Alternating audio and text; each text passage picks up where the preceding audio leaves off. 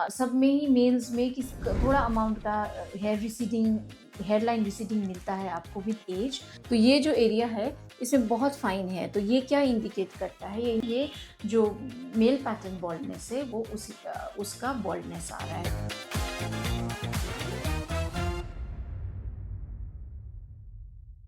नमस्कार, मेरा नाम डॉक्टर प्रतिभा प्रधान है और मैं डर्मेटोलॉजिस्ट और हेयर ट्रांसप्लांट सर्जन हूँ hair free hair grow Kolkata में। और आप लोगों के साथ आज और एक इंटरेस्टिंग केस स्टडी हम देखेंगे। और इनका नाम है मिस्टर राजीव कुमार वर्मा और इनकी उम्र है 45 ईयर्स। और इनकी मेन आप देख सकते हैं कि जो हेयर लाइन है वो थोड़ा एज के हिसाब से नहीं बोलेंगे, थोड़ा एज के हिसाब से भी थोड़ा ज़्यादा ही रिसीड हो गया। सब में ही मेल्स में थोड़ा अमाउंट का हेयर लाइन रिसीडिंग मिलता है आपको विद एज। पर इनका 45 ईयर्स के लिए ये जो नेचुरल हेयर लाइन रिसीडिंग नहीं बोल सकते इसको, थोड़ा सा ज़्यादा ही है। ये था इनका कंडीशन जब हमारे पास आए थे। आप इसमें देख सकते हैं कि ये जो एरिया है इसमें काफ़ी हेयर मतलब इनका कम हो चुका है। और ये अगर आप देख पाएंगे तो यहाँ पे बहुत सारे फाइन हेयर है, मतलब जो हेयर है वो बहुत शॉर्ट है और उसका टेक्सचर जो है वो बहुत पतला है।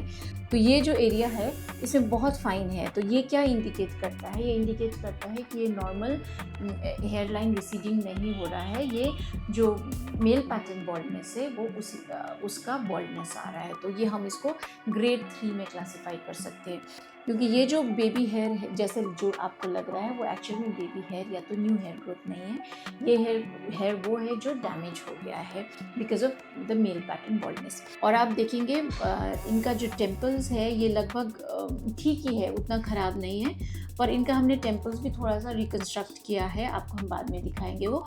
और ये टेम्पल्स रिकन्स्ट्रक्ट करने से कैसे इनका लुक और इन्हांस हो गया है। सो इनका ये था hairline according to his face structure और फॉरहेड और जॉ लाइन। और इसमें आपको समझ आएगा कि काफ़ी ज़्यादा जो ऐसे में नहीं समझ आ रहा था, पर अगर आप ड्रॉ करके आप देखेंगे तो काफ़ी ज़्यादा रिसीड हो गया है। जो हेयर लाइन रिकन्स्ट्रक्ट किया है हमने, ये इस एरिया में हमने अच्छे से डेंसिटी दिया है। और यहाँ पे उनका हेयर था तो हमने थोड़ा सा इसको सिर्फ ये वाला एरिया से थोड़ा सा मर्ज किया था।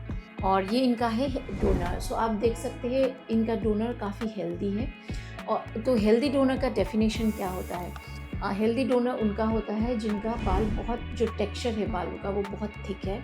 और जिनके हेयर कर्ली है उसको भी हम हेल्दी डोनर मान सकते हैं, बिकॉज जब हेयर कर्ली होता है तो कर्ली हेयर में कैमोफ्लेज ज़्यादा होता है। कैमोफ्लेज मतलब हम जब भी ट्रांसप्लांट करते हैं तो हम सिर्फ एक इल्यूजन क्रिएट कर रहे हैं बालों का, उतना ग्राफ्ट हम किसी को वापस नहीं देते हैं जितना उनका जाता है। लगभग 15 से 18% ही ग्राफ्ट हम वापस दे पाते हैं किसी भी पेशेंट को। तो उसमें अगर उनका जो बाल है अगर कर्ली वे से ग्रो होगा, उसका जो इल्यूजन है, जो उसका हाइड करने का इफेक्ट है वो बेहतर रहता है। सो पहली बात तो उनका टेक्सचर अच्छा होना चाहिए, बाल थिक होना चाहिए। सेकेंड, कर्ली होगा तो उसको भी अच्छा मानते हैं, या तो फिर बहुत ज़्यादा डीप ब्लैक हो तो उसको भी हम अच्छा डोनर बोलते हैं। फिर है अगर जब हम FUE टेक्निक से बाल को, ग्राफ्ट को जब हम एक्सट्रैक्ट कर रहे हैं तो वो एक्सट्रैक्शन में अगर हमको सिंगल ग्राफ्ट में से दो माने डबल ग्राफ्ट्स फॉलिकल्स ज़्यादा मिले या तो ट्रिपल ज़्यादा मिले, या तो किसी में एक ग्राफ्ट से 4 फॉलिकल्स भी निकल सकते हैं,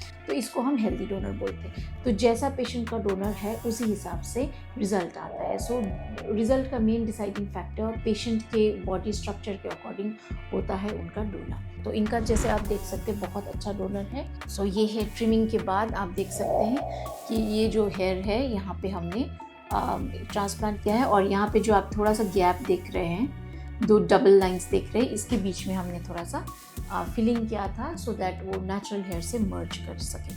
तो ये है इनका जिगजैग पैटर्न में जो सर्जरी के बाद जो आप बाल देख सकते हैं। आप इस चीज़ में एक चीज़ नोट करिए कि इतना जो पैच है हमने इसको बहुत हाई डेंसिटी में इसका ट्रांसप्लांट किया था। हमने लगभग इनको 2529 ग्राफ्स दिए थे।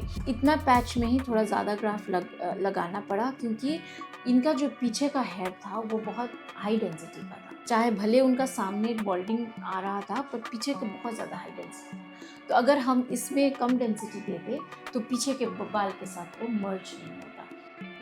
तो वो एक लुक थोड़ा अननेचुरल आता। सो इसीलिए हमने इतना सा पैच में ही काफ़ी ज़्यादा ग्राफ्ट इनको लग गए। इसके साथ में आप देखेंगे ये जो टेम्पल एरिया है, इसमें आप देखेंगे हमने ये एरिया में थोड़ा डेंसिटी ज़्यादा दिया है, और पीछे में जो उनका एग्जिस्टिंग हेयर था थोड़ा सा वो एरिया में हमने थोड़ा सा फिलिंग अप किया है।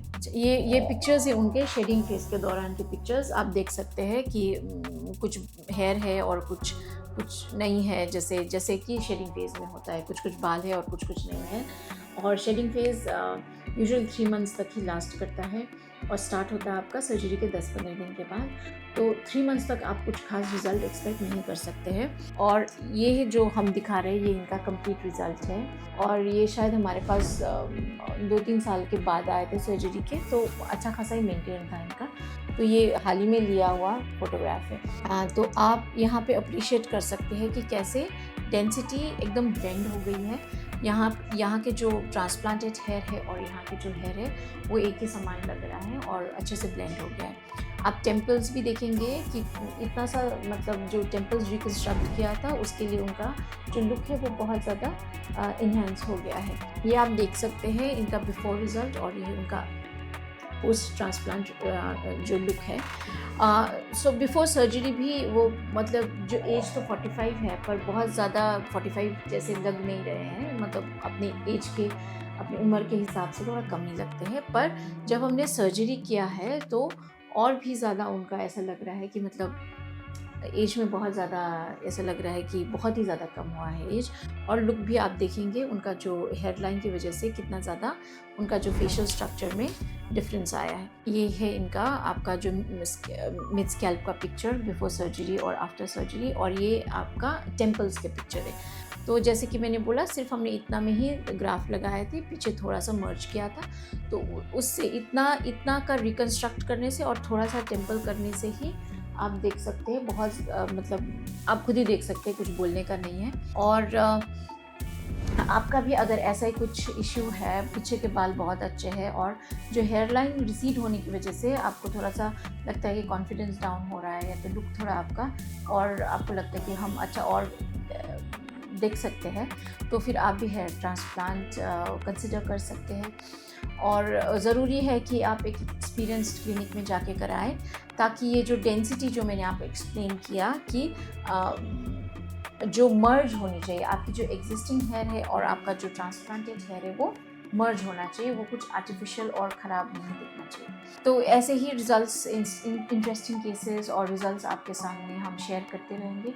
और आपको अगर किसी टॉपिक में वीडियो सुनना है या तो कोई भी ट्रांसप्लांट को रिलेटेड कोई आपके पास डाउट है, तो आप कमेंट बॉक्स में हमारे साथ शेयर कर सकते हैं। Thank you.